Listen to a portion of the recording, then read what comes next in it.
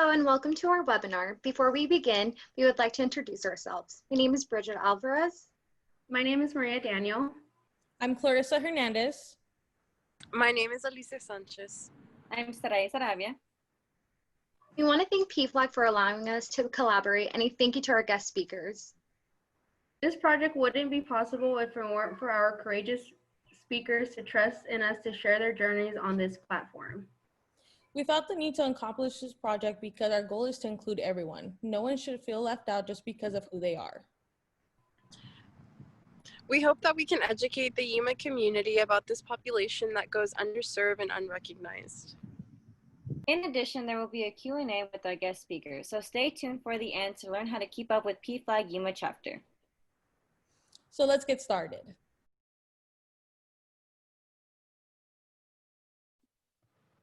Can you begin by telling us your name, your preferred pronouns, and tell us a little bit bio about yourself? So my name is Dylan. My preferred pronouns are he, him. As of right now, I'm a college student at NAU Yuma. I'm studying for a bachelor's in psychology. That's about it. Thank you for sharing. I would like to begin by asking transgender.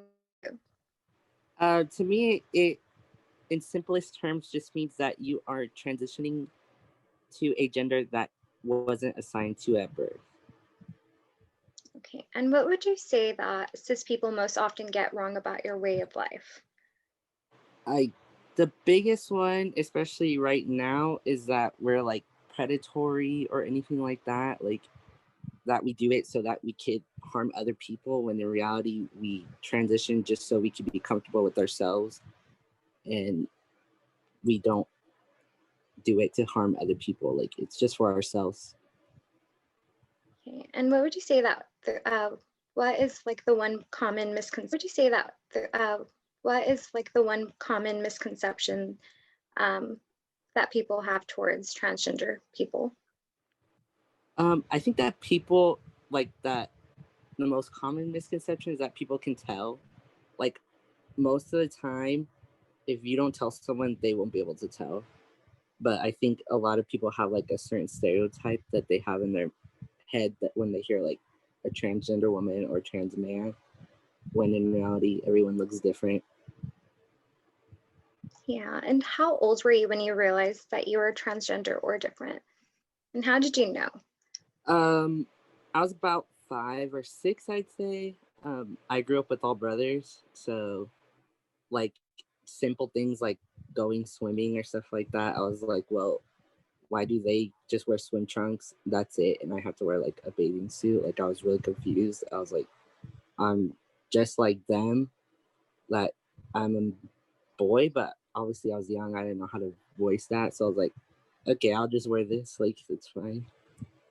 Yeah. When did you begin your transition, and what did that look like for you? So I began my transition like sophomore year of high school. So I was 14, just turned 15. And for the longest time, it was like just socially transitioning instead of like the medical stuff. So it was like mostly like the process of just coming out to my family, coming out to my friends, to the school, stuff like that. Which was just like, I guess most of like the emotional labor coming into it, of having to explain everything, and then obviously like losing people and stuff like that. And then when I was 18, I started the whole medical process. So as of right now, I take testosterone shots every other week so that I can look more masculine, more male passing. And eventually in the future, I want to get top surgery, which is like the removal of the breast tissue to be a more masculinized chest. Okay. So what did transitioning look like to you prior to beginning that process? So I was never really feminine to begin with. I never really stated this, but I'm FTM, so I was female transitioning to male. So I was never feminine. I was always like the tomboy type of person. Like everyone knew I was not going to wear dresses. I was not going to wear makeup. none of that. So I guess some people, they would say they kind of knew, but obviously no one really knows until you tell them. But yeah, I was just mostly the tomboy, trying to keep it as masculine as possible without, actually coming straight forward. It'd be like, hey, this is what's happening. And during your transition, who was your support system and how did they become your support system? How did you meet them? My biggest support system is my family, but more specifically my brothers. For them, once I told them, it was almost instant that they were super accepting, change pronouns. There's slip ups every once in a while, but it's bound to happen. They asked about names, stuff like that. So my mom and my dad took a little longer because obviously they're my parents. They're like, yeah, this is what's it. But my brothers from day one have been on my side. So it's always super nice to have that. And also my old high school friends, again, since day one, even though I've known them years and years before telling them, they switched immediately. So I'm very grateful for that. Is there any advice that you would like to give to families with transgender children, child, one? The biggest advice I could give is that at the end of the day, that is your child. And when having a child, you promise to love them unconditionally as they are. So whether you think it's right or wrong, even though there's no way for it to be right or wrong, you should back your child 100%. Because family, at the end of the day, family is one of the biggest things that you can ever have. Okay. And what resources have you been able to access here in Yuma?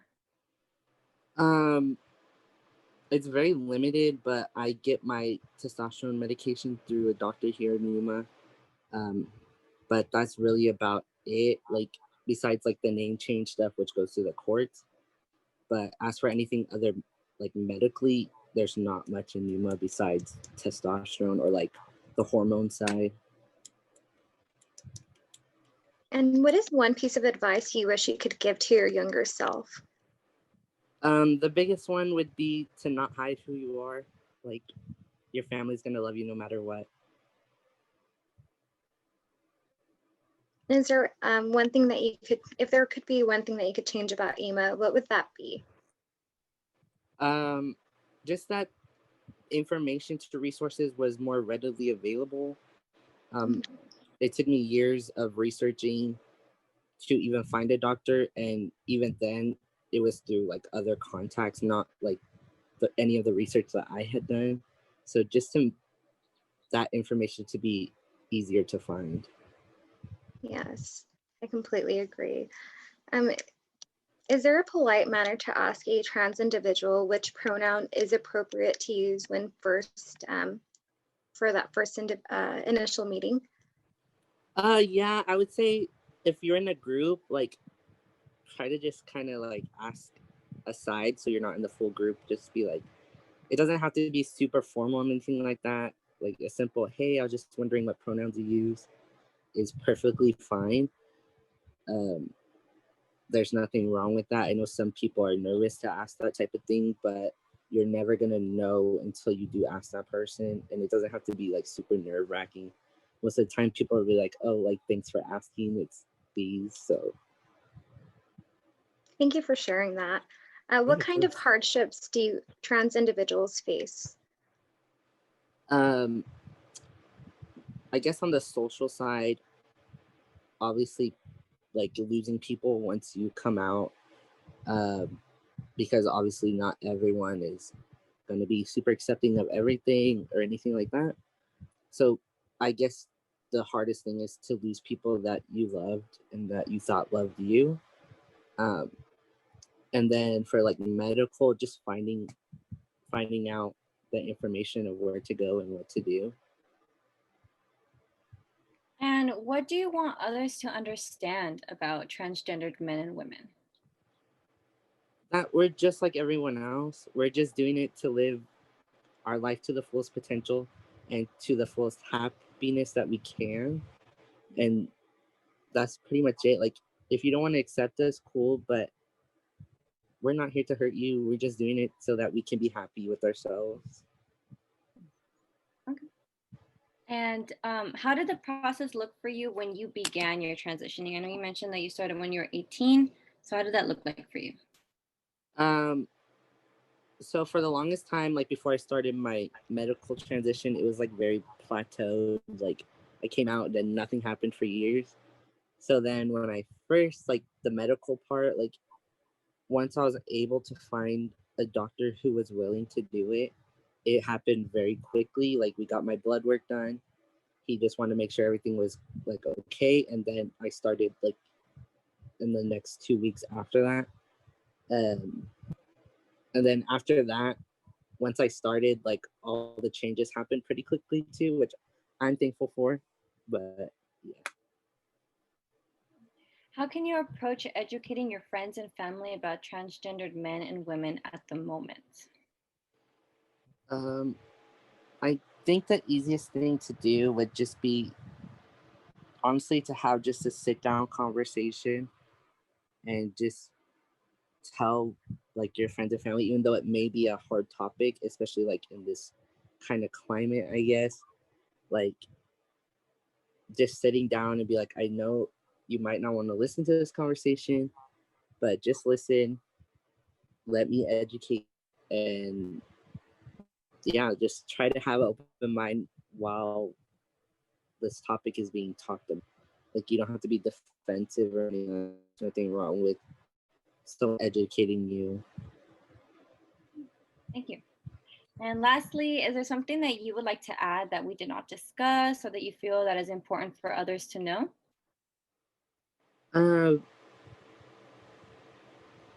Probably that while there's like big things that are very hard for trans people, obviously, just small things that I guess cis people would take for granted. There's like little things like that, like getting ID'd at the liquor store before your name is changed, before your gender marker is changed, all that stuff is very nerve-wracking. So like if you're ever around someone like a trans individual and they're nervous, like don't think we're overreacting. Like little things like that is very nerve-wracking to us. Thank you for sharing. So thank you, Dylan, for taking your time and participating. We really appreciate it. Of course, thank you for having me. Thank you, Dylan. Thank you.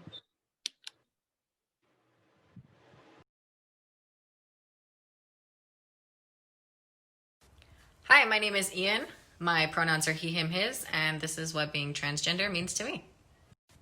To me, being transgender means your physical appearance does not match your mental and emotional capacity.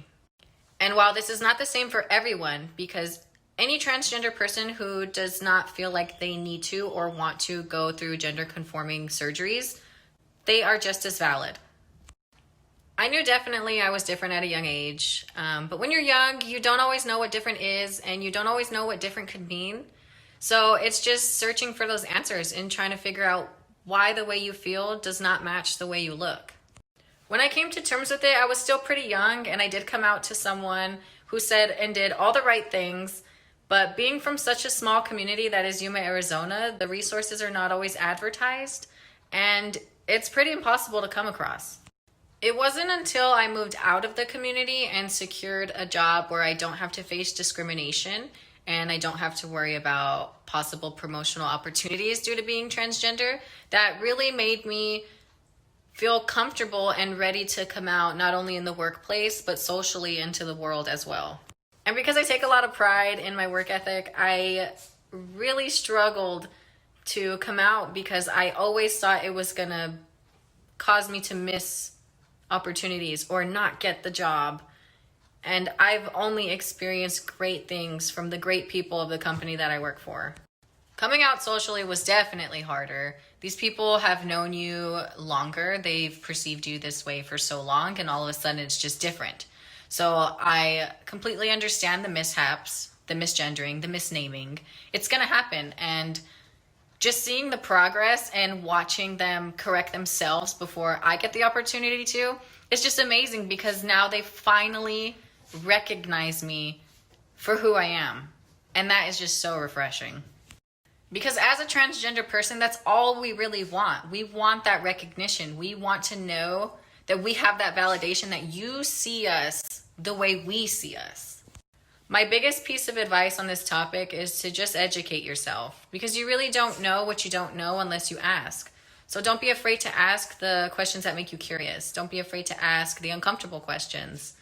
It really shows us that not only do you understand, you're trying to. So we're really grateful for that.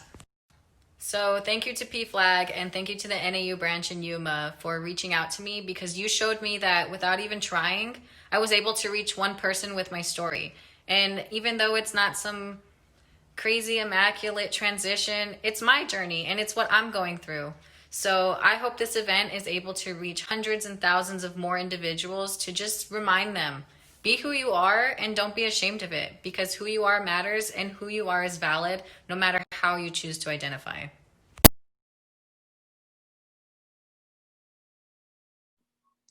All right, so thank you both for joining us today. If you wouldn't mind just giving us a brief little introduction, like your name, a short little bio about yourself, just so that we can get to know you a little bit better, okay? Okay, yeah, for sure. My name is Louise Hernandez. My preferred pronouns are she, her. In Spanish, it would be ella. About me would be I'm 21. I moved to Yuma about 15 years ago, and I've been living here since. And yeah, that's about me. Okay. Hi, everyone. My name is Kai Coteen. My English pronouns are she, her. A little bit about me is I am a member of the Quechan Nation, and I have lived in Yuma my entire life. Okay, well, thank you for sharing with us. So to begin, I kind of just wanted to start off with asking both of you, what does being transgender mean to you? Being transgender means to me, what it means to me, it would have to be that you're not living a secret anymore. It means finding who you really are. It doesn't matter what age, you can be young, you can even be older when you really find your true self. And just living your confident, free life with no worriness of if about your life, if that makes sense, about your persona, about your gender. You're living in the right gender that you feel on the inside. That's Okay. Perfect. Thank you, Louise. So same question to you, Kai. What does being transgender mean to you? So for me, being transgender is about being honest and vulnerable and really having to interrogate who you are as a person. And through that, your honesty and your truth physically materializes on your body, and you change, you do change in a way, but you're also evolving and growing, and it's something that not only you get to see, but everyone sees it. And I think that that's a beautiful thing. It's like a flower blooming, it's amazing. And it's, yeah. No, that was beautiful. Thank you. Okay, so the next question that I have is, what do cis people most often get wrong about your way of life? I.e., like, what is one common misconception that people most often have towards transgender individuals? One common misconception would have to be or you're part of the LGBT, they automatically connect you with what's called a hookup culture, where you just hook up with random people because that's what you're supposed to do. That's one big one. Another big one for trans women would have to be that you're deceiving or tricking men into thinking you're a woman when you're really not. You're just living the way you want to live. So Okay, thank you so much. So same question to you, Kai. What is one common misconception that cis people have about transgender individuals? One common thing that I'm often told is that I am confused, and I think that a lot of that has to do with kind of like a miscommunication of their those people's feelings, and sort of just projecting their own confusion onto me. And what I mean by that is, I've taken time to really understand my transness, and to them it's something that they've never even interacted with or fostered. So I think that when they see someone like me, they see someone who's actually just kind of like dived right in and is just living in, truth and honesty. For them, it's a lot. And yeah. Okay, thank you so much. Okay, so next question is just a little bit more personal, but how old were either one of you when you realized that you were transgender, you realized that something was different about you, and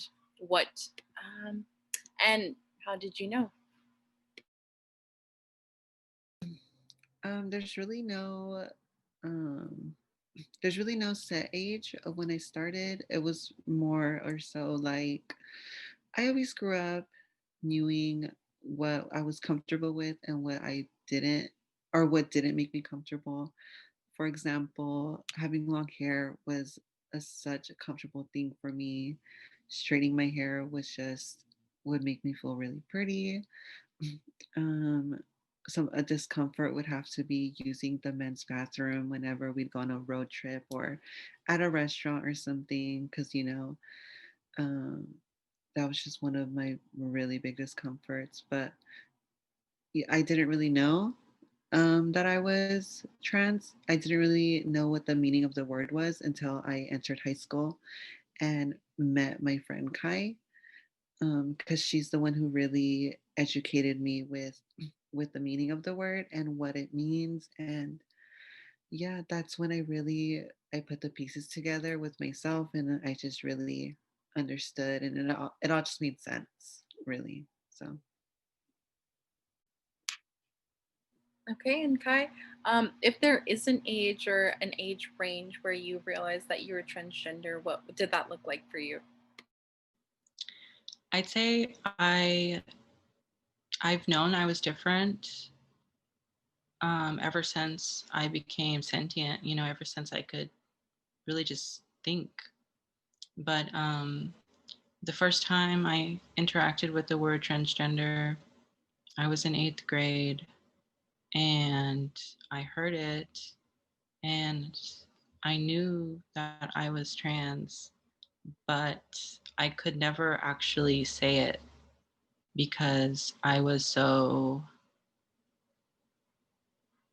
like in disgrace. I couldn't even like fathom what that would mean for my future.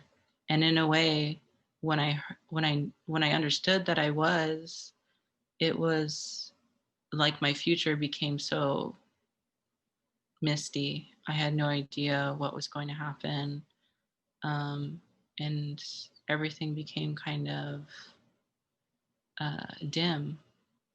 And then as I went into high school, I became a lot more confident with my transness. And when I met Louise, it was like a light.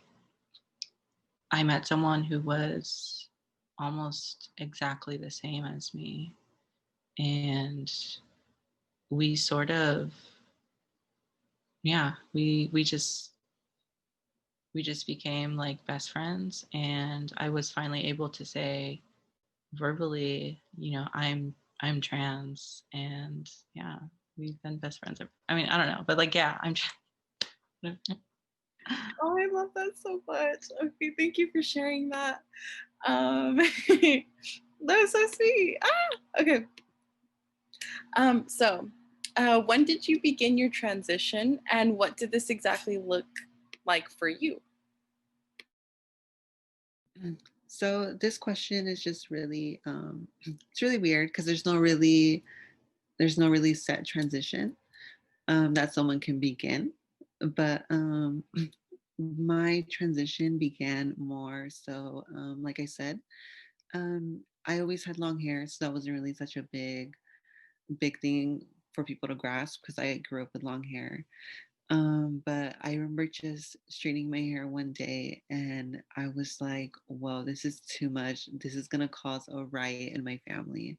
So, but honestly, looking back at it, it was just, it was just like a little simple thing. And I took it out of proportion. It was in my mind that, oh, I shouldn't be doing this. But I feel like that's when I really started. My transition was just little things like straightening my hair, um, not shopping in the men's section, maybe going, but still, but still not wearing blouses, if that makes sense. Somewhere, something unisex. That's where I started. And yeah, now I'm here. And you're gorgeous, by the way. You're just gorgeous. So same question to you, Kai. What did how did you begin your transition, I would say, and what did that look like for you? So I began my transition, I want to say it started my junior year of high school. And it actually didn't even start with like female clothing. It actually just started with um, having like a style, a aesthetic, and interacting with that. And through that, I sort of started incorporating more feminine touches. Like I would wear a scarf. I would wear like these Doc Marten boots. I would wear cardigans. I would just do all these little things to sort of like build off of. And through that courage, it would make me more powerful, like it would make me feel stronger in who I was. And Okay, thank you so much for sharing, both of you. Okay, so for the next question, um, who or what has been your biggest support system during this transitional time, I suppose? So, like I mentioned before, Kai was the one who really educated me with the word transgender and what it meant, and stuff like that. So honestly, I met Kai in high school, and we just instantly clicked. And I think because we were both the same, we just knew what we. Um, but honestly, ever since then, she was my biggest support system. Um, honestly, I don't know on what if I hadn't met Kai. I don't know where I'd be in my transition right now, because she was really the one. We were really building off of each other. So she made me feel comfortable with what I was doing, and um, and it was really making me want to do more. If that makes sense. But yeah, but now that it's been what, like a couple years now, um, I would say one of my biggest support would have to be my mom too. And I am very, very lucky to say that because I know there's children out there, there's children that aren't as lucky to see that. And I can, and I'm very proud to say that my mom is one of my biggest support systems, as is Kai. So Okay, thank you so much. So Kai, same question to you. Who or what has been your biggest support system during this transitional time? My first supporter was Louise, and I want to say they're still my biggest supporter at this time too. Now I have my partner and his family also supporting me. So yeah, that's my my safety net right now. And yeah, very grateful and thankful for all of them. Okay, thank you so much. I keep saying thank you, but I genuinely mean thank you so much because I really, these are so interesting and I appreciate you sharing your story with us. Well, me, but you know. So, next question. Do you have any advice for families with a transgender child or loved one? Honestly, it's just about not really putting any barriers or any forcing any genders on them, like pink or blue. You know, it's as simple as that. Like if they want to wear pink, let them wear pink. Don't be like that's a girl's color. It's just the little things that really it's just the little things to get them out of the box without really forcing gender on them. It's just not, it's just the whole thing is just not putting them in a box. Just let them do what they feel comfortable with. Okay, and Kai, do you have any advice for families with a transgender child or loved one? So, my advice would be that you really let them take control and narrate their experience, because I never got that opportunity. I never got the opportunity to nurture and to nurture my transness. I was always put back in my gendered place. I was always told that I couldn't do that. But just let them be them, and you're gonna find so many amazing things that they just do naturally. um, Another thing would be to expose them to all different kinds of trans people, not because and mostly because there's an image of transness that I interacted with when I first began my transition, and it was a very uh, binary image of trans women, and that did a lot to me mentally, because I thought that I needed what they had, and I thought I needed to look like them, present like them, and just sort of like dissolve myself into those ways of being. But I found that there's just so many other ways to go, and it's just at this point I'm so inspired by so many people now, and no disrespect to like the legacy of trans women that are binary. Like obviously I'm walking in their steps right now, so, but also it's just it's expansive, it's ever expansive, it's ever expanding, and yeah, just let kids be kids. Thank you, thank you, thank you. Okay, so next question. Is there a polite manner or way in which to ask a trans individual which pronoun is appropriate to use when you're first meeting them? Honestly, my answer to this is just asking. Like, go ahead and ask. Be straightforward and ask. Beating around the bush comes off as awkward and rude, or like you're more making fun of it than really interested in what their pronouns are.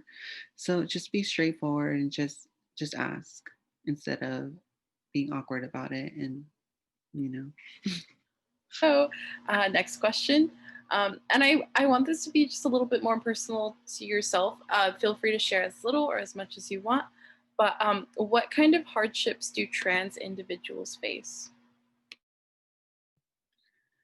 One of the most obvious hardships that would be, and that was really, I really had to go through this for like a couple years, was honestly finding a job, especially when you live in a town that's already so populated and there's no jobs available. Now you're putting another thing to that plate about, oh, by the way, yeah, I'm trans too. So it's honestly, that was one of the hardest things to do, is find a job. But yeah. Okay, thank you for sharing that.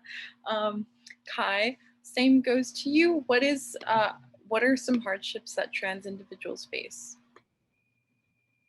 I think the first hardship that immediately impacts trans women is income, and the way we have to find income. Finding a job when you're trans is really hard, especially when you don't have all your paperwork done. So it could, because to be honest, like I look completely different on paper than I do in person. And that can be shocking for a lot of people, especially when you're going in for entry level jobs. There's a certain kind of, it's not super professional, right? So when you go in and like some kids interviewing you and he sees my dead name and he sees me, it's almost like this static. And he doesn't know what, they don't know what to do, you know, and they're just like, are you? And it's like, yeah, you know, and then after that, it's just, it's downhill from there. Kind of is fine. Next question. What resources have you been able to access here in Yuma County?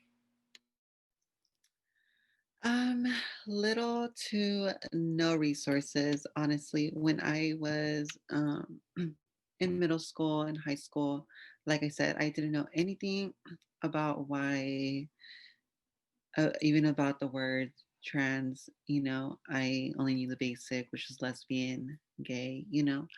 But honestly, there was no resources in Yuma that I can really read about, or like this, watch a video or something. I was just lucky enough to that a friend of mine was going through the same thing. So So Kai was your biggest resource. All right, and then to you. Sorry, didn't mean to cut you off.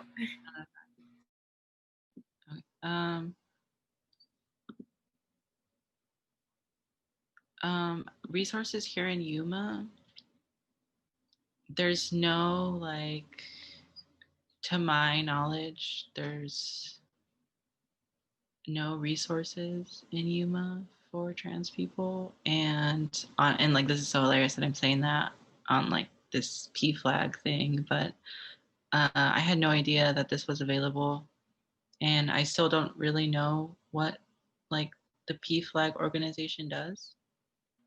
Okay, what is one piece of advice you wish you could give to your younger self?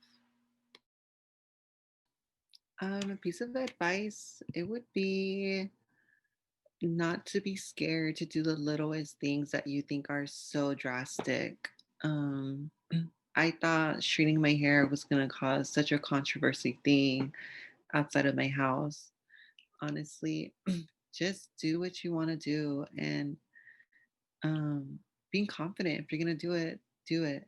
Don't be scared of what you're going to hear, because you're going to get it a lot. Just don't be scared. And I just wish that I could have started sooner. That way I could be farther than right now, if that makes sense. But yeah, I would just say go ahead, be yourself. Okay, thank you so much. I love that. And then same question to you, Kai. What is one piece of advice you could give to your younger self?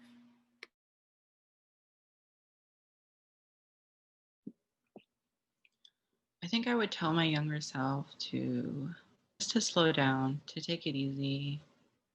I think, yeah. And so the last question that we have is there something that you would like to add on that we did not discuss or that you feel is important for others to know? So go ahead and take this time to discuss anything you'd like. The floor is both yours. So one person that's really helped me understand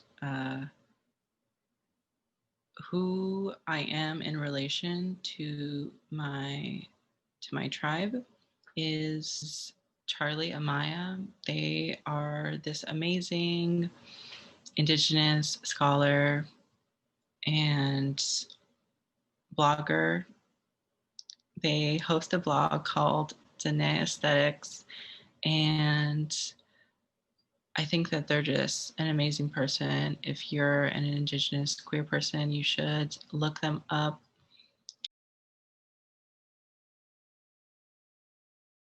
Okay, so if you don't mind, could you just introduce yourselves, or sorry, introduce yourself and give us a little short bio about you?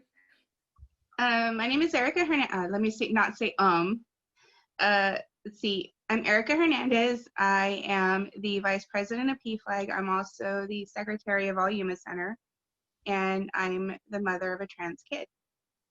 Okay. Well, thank you for joining us, Erica. We're really happy that you took the time to be able to come and share your story. So we really do appreciate it. So starting off, I just wanted to know, or the first question that we had was, what does having a transgender child mean to you? Having a transgender child is the same as having any of my other children. I'm a mother of 3. I love them, all their flaws, all their good parts. I'm here to support them in any way and provide resources for them to be the best version of themselves.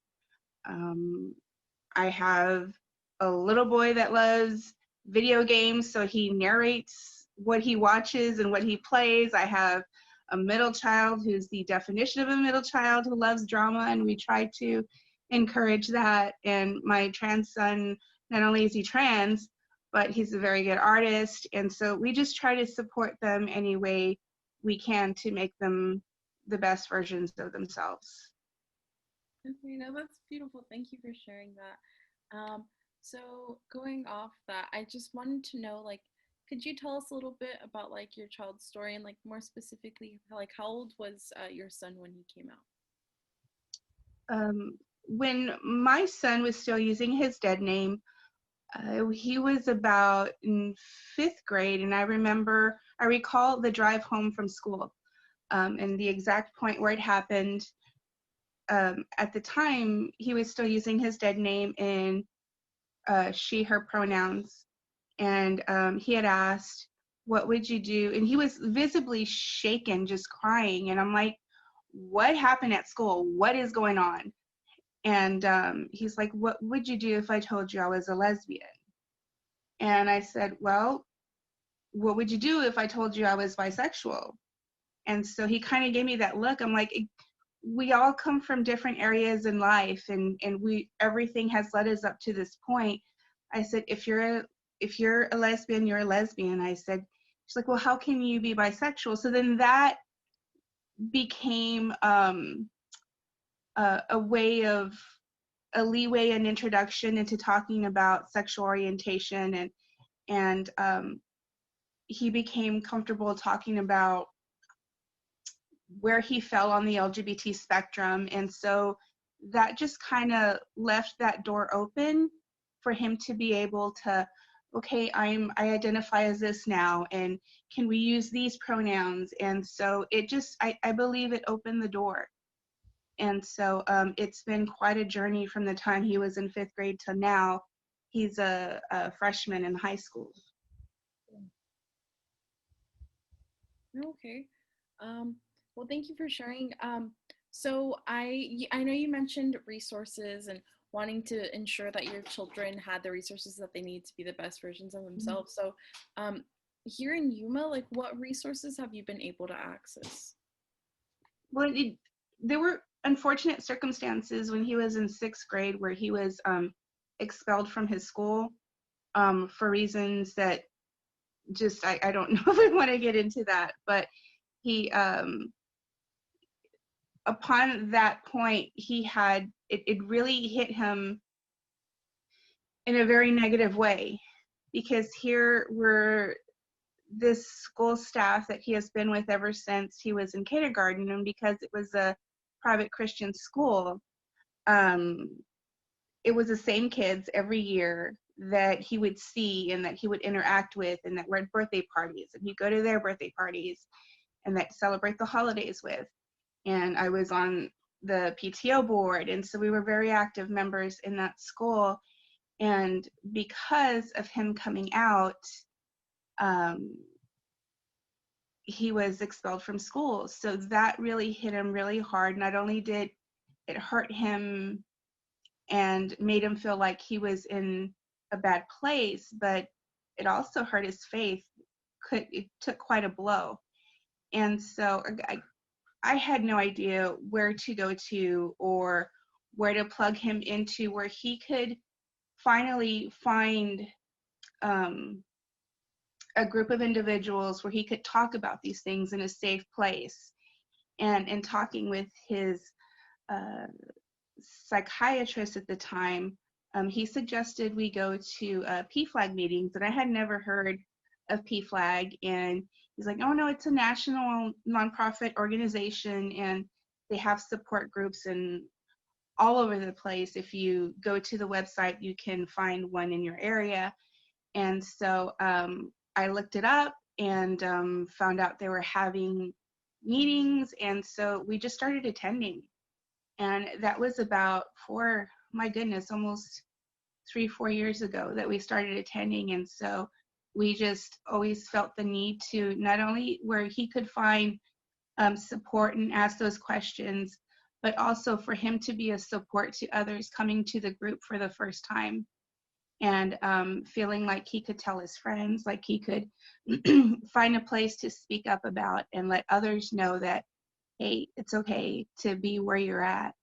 And so it was something beautiful to see where we would go to find support and then in turn give that support to others coming to groups. Okay, that's actually a perfect leeway into my next question. So you had PFLAG as a support during this time. So what other support systems did you have during this time? I mean, obviously your son's still very young, so this is an ongoing transition that you guys are gonna continue with. But so far, like, what has been your biggest support system throughout this journey? I think PFLAG allowed us to network with other LGBTQ organizations here in Yuma and to see some new ones kind of blossom. The Littlewood Co-op, which is no longer in existence, but Isaac Russell and Leah Littlewood were very, very much staples in the community that allowed us their workspace as a safe place to gather. And so they were key people in this whole thing.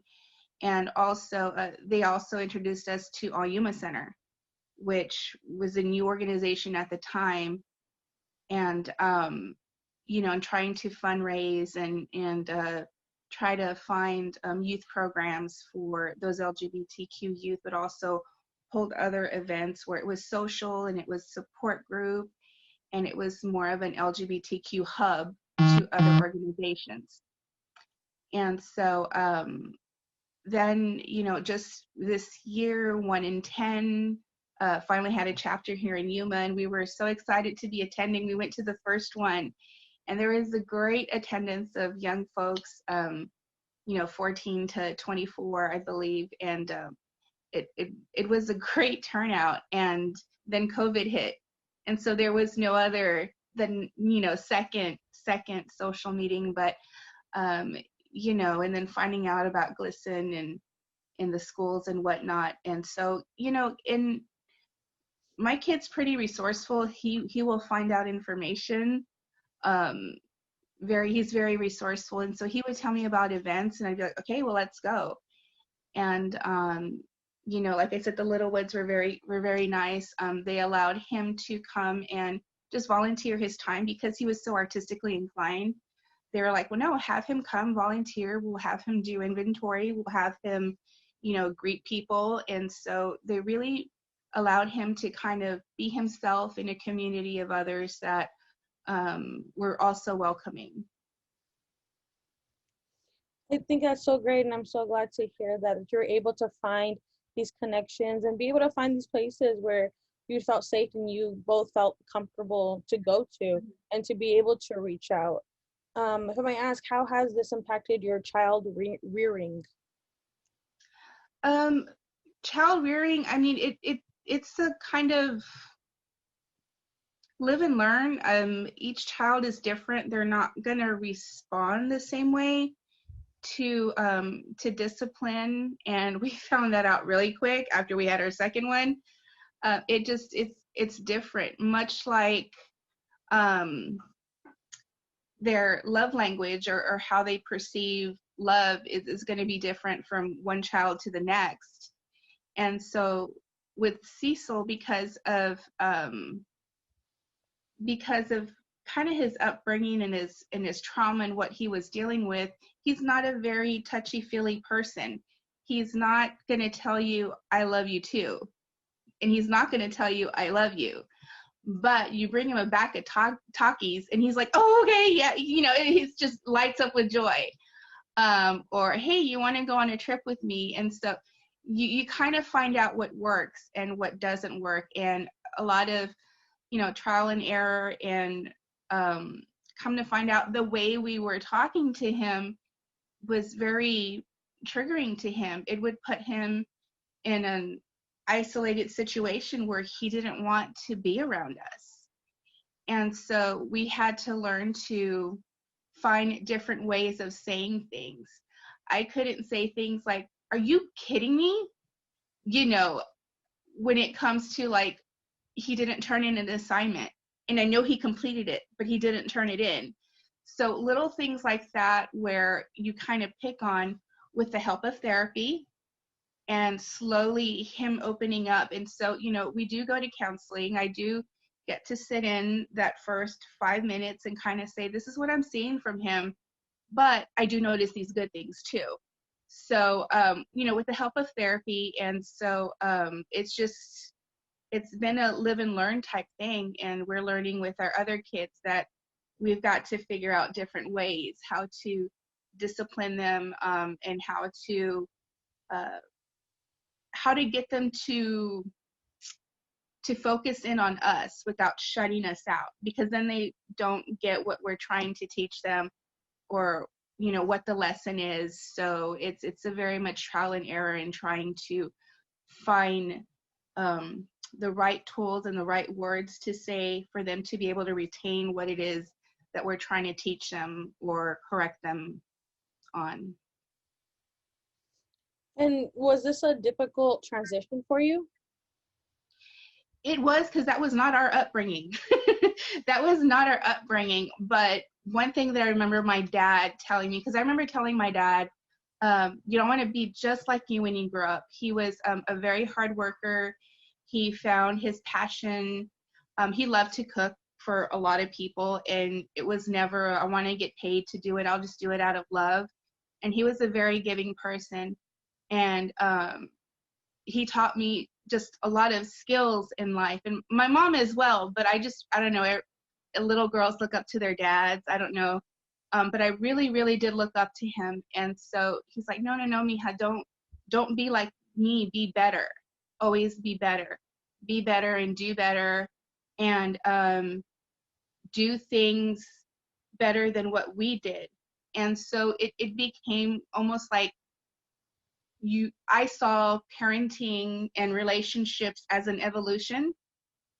And sure, you learn things and you teach your kids what you've learned, but also you try to do better than what, you know, you break that cycle. You know, if it was in any way toxic or maybe not the right thing to say, well, you try to evolve from that. You do better than that, you learn. And it's a hard habit to break, because it's like, oh my goodness, I'm going to spank that bottom, you know, and it just, you have to like, no, well, that didn't work for me, so it might not work for everybody. So what is going to be in the best interest of my child in order them to retain things and to be able to learn the skills they need to learn, because they even learn in different ways. And so it was a hard habit to break, but after like the first one, you always screw up the first one. And then the second one, you kind of learn, and the third one's like, oh yes, you're the perfect parent, you know. And so it's just become a trial and error, and it was difficult. And I can't stress enough the importance of finding a partner that sees the same things you do, or is going to back you up, and you're going to back them up. And so I think that's a good solid foundation for parenting, no matter where your kids fall in life, and on the LGBTQ spectrum, or just who they are. You're just going to want to find somebody that is a very good, also a very good co-parent, because it is a team. Yeah, and you mentioned about evolving and learning. How did you go about educating your friends and family about this new journey in your child's life? We were just very open and honest, and a lot of what he was going through, because not only was he's always been certain about his sexuality, and that it was something that he could explore, and decide, okay, this is going to be my orientation. Even today he's only 14. So, but to have that level of comfort where it's not taboo to talk about those things. Through this journey, not only have we dealt with that, but also his mental health. And so there were other things going on besides him coming out, that we were trying to find him the best resources, the best medication, the right kinds of therapy, so that he could feel comfortable in his skin. And so my family was like, what's up? Because they knew what was going on. I said, we don't know what's going on. We're just trying to help him, trying to figure stuff out. And when he finally came out as trans, I remember having that conversation. I started with my one of my sisters, and I said, I think he's decided where he falls, and I think he's, trans, and he wants to be called Cecil now. Before, he had been calling himself a more gender neutral name. And so it's just been that kind of journey, and we were open and honest with them, and they're like, whatever he wants to be called, whatever he wants, whatever it is, we support you in your decision. Just tell him that we love him. And that was such a relief. I know we may have been brought up differently, where there wasn't a lot of homophobia. It was just a lot of, we weren't educated because we weren't in that community. But we always knew that, hey, you accept a person for who they are, and maybe you don't mesh well, and maybe you just don't become friends. Enter society now, where like everybody is your friend, and you treat everybody, and you be friends with everybody. And I'm like, no, you don't. You get to choose who's in your circle, and you're going to want people who are going to back you up and who are going to love you. And so taking those good things that I learned in my upbringing, and bringing that into our family now. And, my family has been supportive. His cousins have been supportive. We don't live near family, so they don't see us very often. And so we're like 2 states away. And we might visit like once or twice a year, but a lot happens in a year. And so they're like, is this Cecil? I'm like, no, that's my second kid, So it was like, what are their pronouns? They started, my cousins would ask, or their cousins would ask, well, what are their pronouns? So they were a little more in tune with what's going on with our family, and wanted to respect anything that we had, that, we kind of welcomed. And so, that was also surprising, that their cousins, my nephews and nieces, would be like, well, what are your other kids' pronouns? So that was really very comforting. And how were you able to work past those barriers that you were faced with? So having to relearn pronouns. For a while, we were trying to learn they, them, which the English language tells you that that's not So it was very difficult to break that habit of saying they were just here. And they're like, I was talking about Cecil. Yeah, they were just here, you know, and also educating our church family, you know, where our church family would say, well, what do I call your kid? I'm like, well, ask my kid. You know, and so like I could tell you, but have that conversation with them. Learn to be comfortable enough to ask, hi, so, you know, and start that conversation.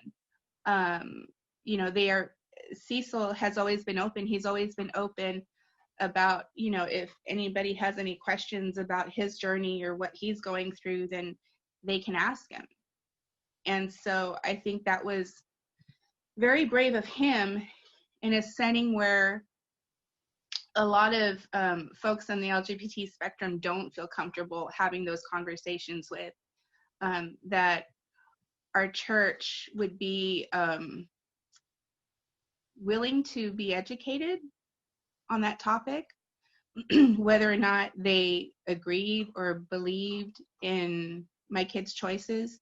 They were willing to have that conversation and learn. Do you have any advice for families with a transgender child or loved one? The advice that I would give is just love and acceptance. And where you don't know, ask, and to know what your resources are and how every child is different. And like I said, even with our rearing and how we speak to our children, it's going to vary from one to the other. Really take the time to know your children, not just raise your children and teach them right from wrong. Know what their passions are, feel their passions, and let them know that their orientation is just a very small part of who they are, and that there's more in this life to be experienced than something centered on their sexuality. That they have likes and they have dislikes and they have passions and they have interests, and just to fuel those things, rather than focusing on this one thing that has nothing to do with the parent. It's just, hey, by the way, I'm bi, or I'm trans, or, oh, okay, so you know what to expect when they bring somebody home, I guess, you know, but it's just one of those things where it's just a small part of who they are. It doesn't define who they are. Oh, thank you for that beautiful advice. That was perfect. Thank you so much. Again, we would like to give a huge thank you to PFLAG Yuma chapter for allowing this opportunity for us. PFLAG is truly making a difference in our community. Please go visit their pages and make sure to give them a follow for support.